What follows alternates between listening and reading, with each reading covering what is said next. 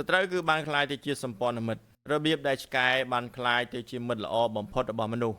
វីដេអូនេះគឺបានបង្ហាញអំពីប្រវត្តិដ៏អស្ចារ្យនៃការបង្កាត់ពូជឆ្កែដោយគេបញ្យល់ថាសត្វឆ្កែមិនមែនជាមិត្តដ៏ល្អបំផុតរបស់មនុស្សទេតែផ្ទុយទៅវិញពួកគេគឺធ្លាប់ជាសត្រូវដ៏ធំបំផុតរបស់មនុស្សកាលពី30000ឆ្នាំមុនចចកនិងមនុស្សបានតស៊ូប្រយុទ្ធគ្នានៅលើទឹកដីតែមួយអាហារតែមួយហើយជួនកាលពួកគេអាចប្រមាញ់សត្វតែមួយជាមួយគ្នាផងដែរចចកអាចនឹងវាយប្រហារលួចអាហារពីកន្លែងដែលមនុស្សអាំងសាច់ជួនកាលឡោមព័ទ្ធជំរុំរបស់មនុស្សហើយពេលខ្លះវារងចាំពេលដែលមនុស្សចុះខ្សោយវាក៏លបវាយប្រហារផងដែរក៏ប៉ុន្តែចចកមួយចំនួនក៏ចាប់ផ្ដើមខុសប្លែកអំពីវងចចកដទៃទៀតពួកវានៅស្ងៀមរងចាំដោយភាពស្ងៀមស្ងាត់និងចង់ដឹងចង់ឮពីមនុស្សបានចែករំលែកឆ្អឹងនិងកាកសំណល់ជាមួយទៅនឹងចចកទាំងនោះនេះគឺជាចំណុចនៃការចាប់ផ្ដើមនៅការសាងទំនុកចិត្តយូរទៅចចកទាំងនោះបានផ្ដល់ព័ត៌មានឲ្យមនុស្សនៅពេលណាដែលមានគ្រោះថ្នាក់មកដល់ពួកវាបានដើរតាមមនុស្សទៅប្រមាញ់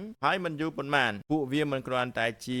សត្រូវឬក៏អ្នកក្រៅប៉ុណ្ណោះទេវាបានក្លាយទៅជាអ្នកការពាររបស់មនុស្សពីមួយជំនាន់ទៅមួយជំនាន់ភាពព្រៃផ្សៃរបស់សត្វចចកបានរសាយទៅហើយភាពស្មោះត្រង់របស់វាក៏កាន់តែរឹងមាំឡើងចំពោះមនុស្សបានបង្កាត់ពូជនិងជ្រើសរើសចចកណាដែលស្លូតហើយបំបត្តិចចកណាដែលមានចរិតកាយសាហាវរហូតទាល់តែសត្វមច្ចរាជទាំងអស់នេះបានក្លាយទៅជាដៃគូរបស់មនុស្សពីកែវភ្នែកដែលមានភាពសាហាវឃោរឃៅរបស់ចចកក៏បានកើតឡើងជាបេះដូង